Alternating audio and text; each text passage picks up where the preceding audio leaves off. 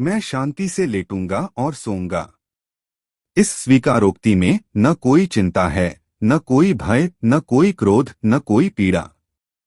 क्या ऐसा नहीं है? जैसा कि हमने पिछली बार चर्चा की थी, जो कोई भी ऐसी कठिनाई, पीड़ा और दर्द का अनुभव करता है, वह ठीक से सो नहीं पाता। फिर भी इस क्षण भी दाऊद शांति के गीत गाता है। ऐसा क्यों है?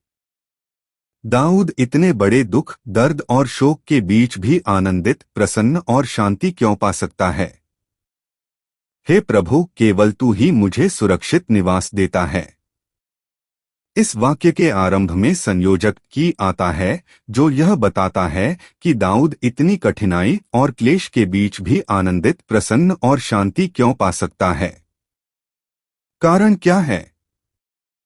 ऐसा इसलिए है क्योंकि केवल प्रभु परमेश्वर ही दाऊद की सुरक्षा, उसके अपने जीवन का निर्धारण करता है।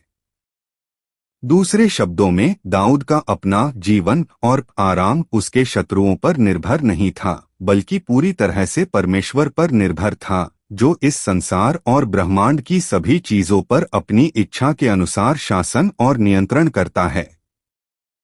नहीं, दाऊद का पूरा आराम और जीवन परमेश्वर पर निर्भर था, जो उससे बहुत प्रेम करता था और उसे बहुत संजोता था। इसलिए दाऊद को किसी बात की चिंता या डर नहीं था। नहीं, परमेश्वर अभी उसके साथ था। नहीं, दाऊद स्वयं अब परमेश्वर की गोद में था, परमेश्वर द्वारा संरक्षित और संजोया हुआ था।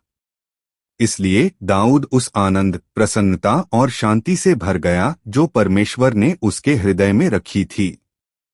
आप क्या सोचते हैं?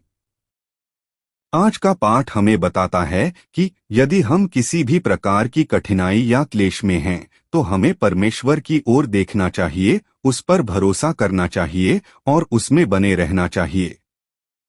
यदि आप अधिक जानना चाहते हैं, तो कृपया सदस्यता लें।